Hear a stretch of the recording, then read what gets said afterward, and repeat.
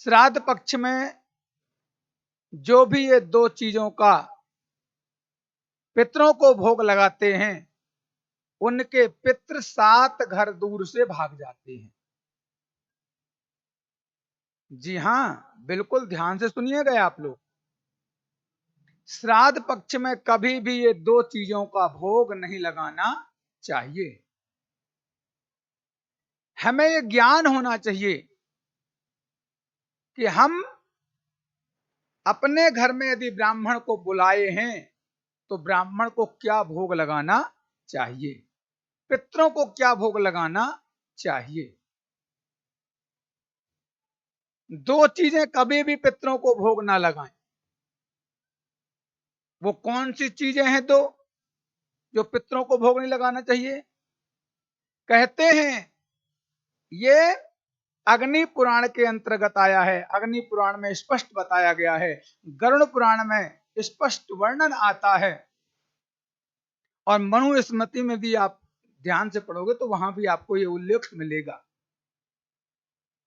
कि दो चीज जिस घर में भोग लगाई जाती हैं उस घर में पितृ भी भोजन नहीं करते। वो क्या चीज है? पहली चीज कुम्हड़ा। कुम्हड़ा जानते हैं कुम्हड़े को? कुम्हड़ा वो कुम्हड़े की मैं चर्चा कर रहा हूं जिस कुम्हड़े को नवरात्रि में बलिदान दिया जाता है, बलि दिया जाता है। उस कुम्हड़े की मैं बात कर रहा हूं। कुम्हड़े का पेठा बनता है आगरा में, उस कुम्हड़े की बात कर रहा हूं। नवरात्रि में जिसको बलिदान दिया जाता है उस कुम्हड़े की बात कर रहा हूं। भूल करके भी उस कुम्हड़े की सब्जी नहीं बनानी चाहिए।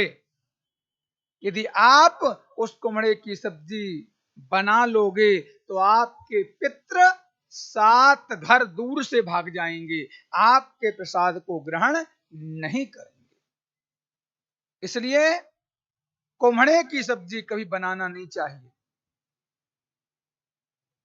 दूसरी, दूध। वो भी दूध काय का? भैंस का दूध। अपन लोग खीर बनाते हैं ना, ब्राह्मण को जिमाते हैं तो ब्राह्मण को बुला करके ब्राह्मण को खीर खिलाते हैं, है ना? तो खीर बनाओ, पितरों को प्रिय है, लेकिन गाय के दूध की खीर बनाओ। भूल करके भी भैंस का दूध उपयोग नहीं करना चाहिए। क्यों? क्योंकि जब श्राद्ध पक्ष में आपके पितृलोक से आते हैं तो रास्ते में यमराज मिलते हैं, और यमराज की सवारी क्या है? भैंसा।